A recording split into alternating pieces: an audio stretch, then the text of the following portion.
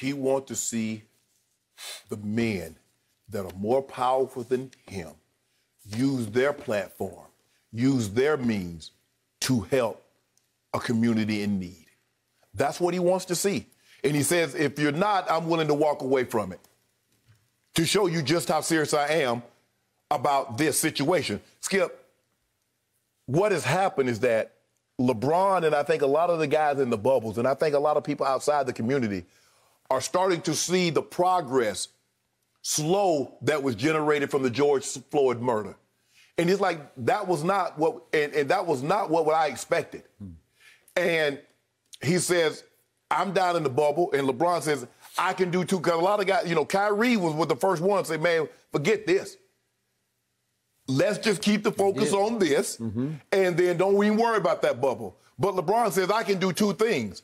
I can bring attention, and I can go play basketball. But in the process of him being in the bubble, he's seen the movement almost stall.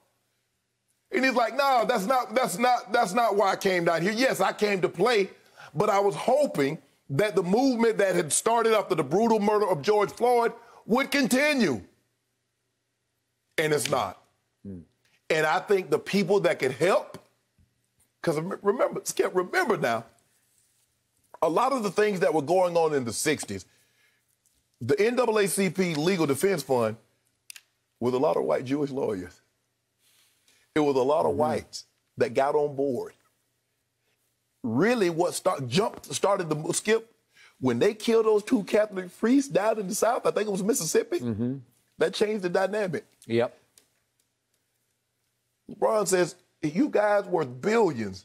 You got contacts that they're a fan of mine, but they don't want to hear what I got to say. Because sometimes, Skip, you'll be willing to listen to someone that looks like you, that sounds like you, that talks like you, that travel in the circle of you, as opposed to me. Maybe they can say it, phrase it, make it digestible that you like it. And I haven't seen enough of that. You've got all these T-shirts, Black Lives Matter, on the court, issue statements. But have you called your local legislators? Have you called your state legislators? Have you called your attorney general? Have you called your DAs? Have you talked to the mayors? What have you done? Police chiefs, what have you done? So I need to see more. And if I don't see more, I'm going to take my ball and go home. So you think this is a genuine threat? That it is highly possible LeBron, Clippers, Bucks will take their balls and go home? 1,000%. Would you? It seems like the more you talk, the more you're leaning toward that's going to happen. Is that your gut? Unless they get the assurances that these owners are going to become an active participant. Because, Skip, it's easy. It's Skip, you listen, you can, oh, yeah, that's you go to the, but are you invested? How invested are you? Because in any team, Skip, in order any team to be successful, you need the top to be as equally invested as the janitors. So the owner needs to be as invested as their janitors. Well, LeBron James says in order for this thing to work, we need the most prominent people in America to be invested in our community as we are. And if you're unwilling to do that, we're going to see, what will you do? What will make you, as my grandma say, donkey was stubborn, you can't get them to G-a-ha. Well, what's going to get you to move? What can make you move, Skip? What's the carrot and what's the stick? Because we get carrot, we come down here, we play in the bubble, we quarantine, we're away from our family for a month. So now we got to try to stick. So for me, again, my 2 cents from a distance, I found this to be a stunning change last night in LeBron's approach to all of the above. Because leading up to the bubble, it felt to me like LeBron went radio silent. I didn't hear anything. He said you can do 2 things, but I didn't see anything from him. I think you assumed he could do 2 things because he obviously could do 2 things. He could use the bubble stage, since we'd been deprived of that game for what have been 5 months, to continue to mount a protest, to continue to enlighten, to campaign for all of the above from the bubble, because everybody's going to be paying attention to the new stage that is the bubble. Correct. So I didn't hear anything from him, and they had that Friday night call that was on June 12th. Remember, it was the Kyrie call. LeBron reportedly did not participate, but 80 players did, and the point of the call was play or not play, bubble or not bubble. Kyrie led the charge, no bubble, and reportedly he was saying, I don't support going into Orlando. I'm not with the systemic racism and all the BS. Something smells a little fishy. That's Kyrie, and yesterday he was trending on Twitter. I know you saw it, because people were saying, aha, he was right from the start, because now everybody has come to the same conclusion. It is smelling a little bit. It smells fishy here. So Kyrie got his props yesterday for taking an early stand. It was a little easier for him to take that stand because he had already ruled himself out. Right, he was injured. He couldn't go to the bubble. And they wouldn't let him go. He said, I'll go with my team, but I can only watch my team. And they said, no, you can't go because we can only have X people in the bubble. Correct. Right? Okay, so it seemed a little easier for him to make that statement, but still, that was a call on Friday night, June 12th, and the season was teetering because it seemed like a whole lot of players were 50-50, as you say, about should we even go to the bubble? Yeah, but I think the biggest thing was, Skip, the big names, the Giannis's, the LeBrons, the ADs, the Kawhis, the James Harden, Russell. They was like, okay, let's go. All right. And on June 14th, Patrick Beverley tweeted. You remember this one? Yep. This was a classic to me because it said so much in a few words. Hoopers say what y'all want, meaning NBA players. If at King James said he hooping, we all hooping. So Patrick was just saying he runs this league. He's the face of this league. He is the most powerful voice in this league. And if he says we're going, we are going to play basketball in Orlando. And Patrick concluded in the tweet, not personal, only all caps, business. And then he had a hashtag stay woke. Great.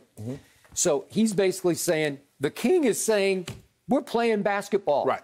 And obviously, on purely a basketball level, the Kings got a good team this year, and the Kings team was really hot right before the pandemic hit, as you know.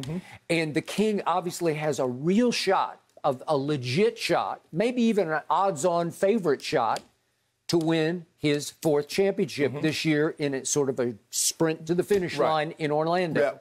So the King has invested a whole lot of days down in that bubble. And I know it's not exactly going to prison, but they don't love it because they've been away from their kinfolk, their family, their friends.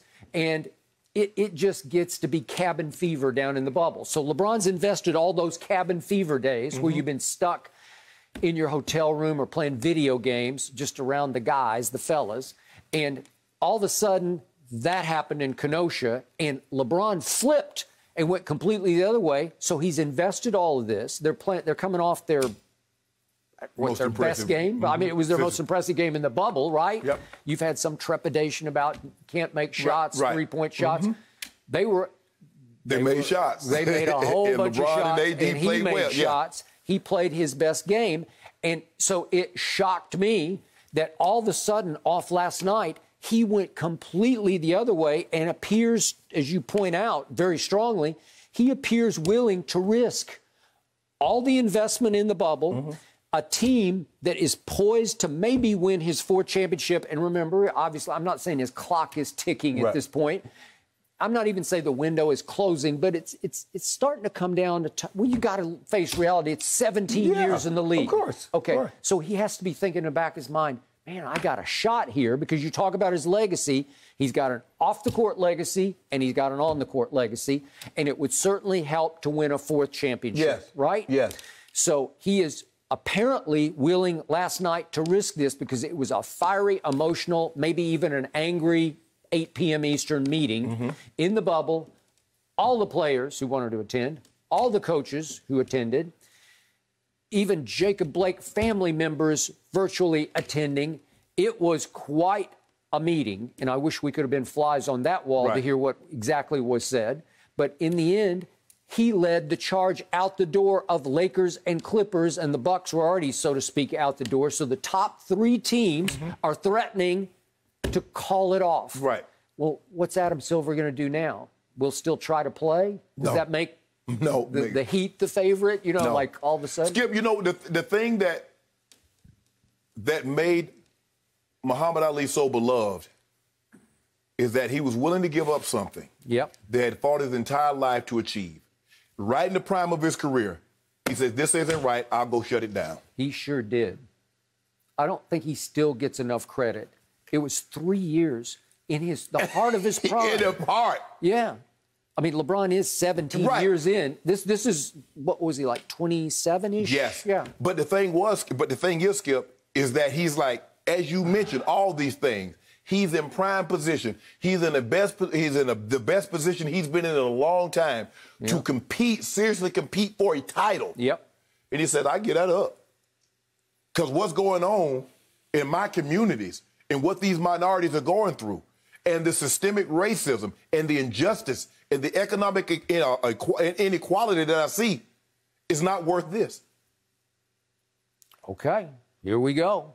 Because I'm back to the Pat Bev tweet. You could reverse it and say, say what y'all want, but if King James said we ain't hooping, you ain't hooping. If King James out, we all out. I got it. That's the bottom line to this. Thank you for watching. You can subscribe here to get the latest from the show, and be sure to check out more of the best clips from Undisputed, or go watch a few other segments from our other shows on FS1.